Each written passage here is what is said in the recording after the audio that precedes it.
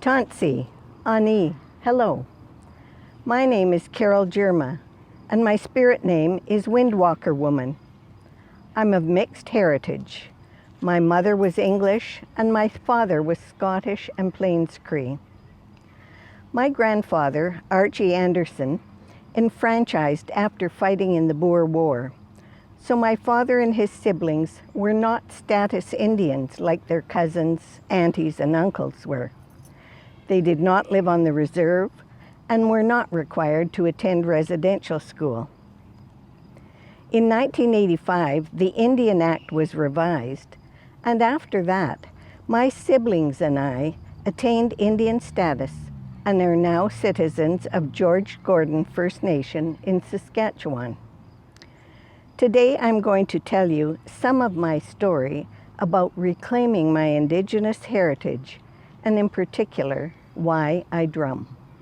It was in the mid-1990s that two friends asked if I would like to accompany them to a powwow. They knew that I had Indigenous heritage on my father's side, but that I had grown up in Sudbury with little exposure to Indigenous culture. I said yes, and we headed out to Red Deer Lake, where the Swakamup Friendship Center was holding a powwow. When we got out of the car, we could hear the beating of the drum. That sound was like a magnet pulling me. I could feel it throughout my body.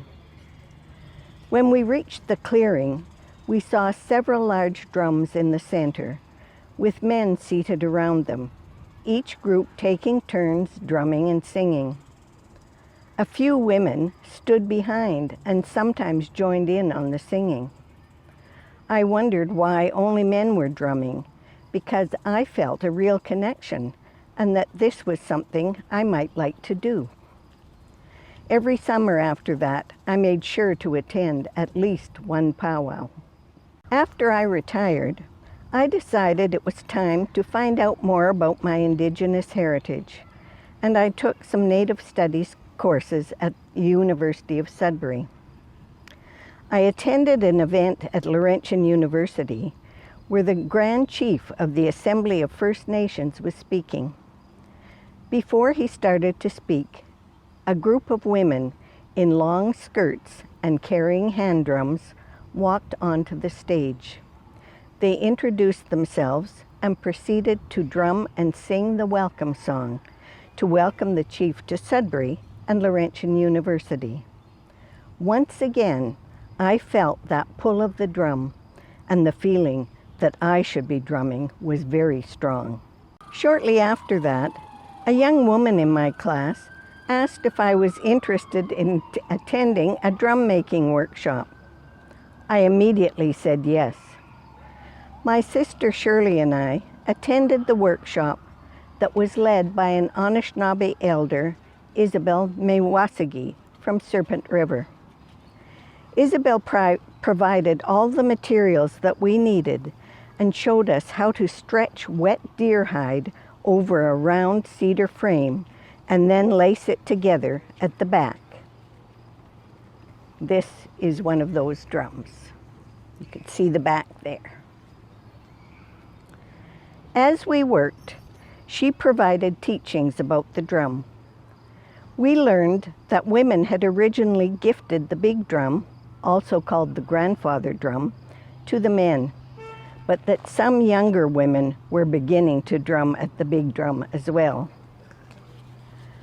Both men and women use the hand drum. Women should wear a skirt when drumming or attending a ceremony as a sign of respect. The hand drum is also called a grandmother drum. It is a sacred item and should be treated with respect, as we would treat our grandmother. We also learned that our songs are prayers, and that drumming and singing carry those prayers to the Creator. The beat of the drum connects our heartbeat to the heartbeat of Mother Earth, is another drum teaching. That's a teaching that is printed on the t-shirt I'm wearing today. It explains why I felt the immediate pull of the drum. Shortly after making my drum, I joined the group of Anishinaabe women, the Wabshki-Makwa White Bear Singers, that I had heard singing earlier. Drumming became a very important part of my life, filling something that was missing.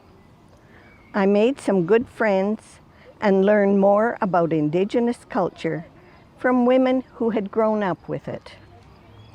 We drummed for joyous occasions like births and weddings, for sad ones like funerals, and to mark important events such as graduation ceremonies, the Truth and Reconciliation Commission, and the 30th anniversary of the United Church's apology to First Nations peoples. We also drummed and sang for healing when one of our group or someone we knew was in need of physical or emotional support.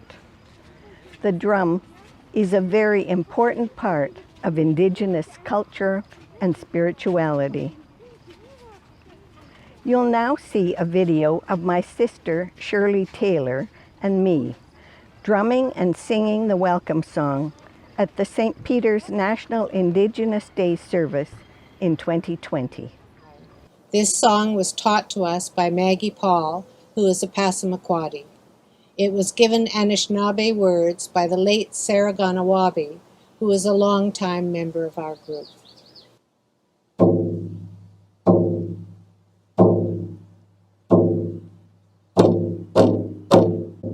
Hey, babe, in again. Hey, babe, in again.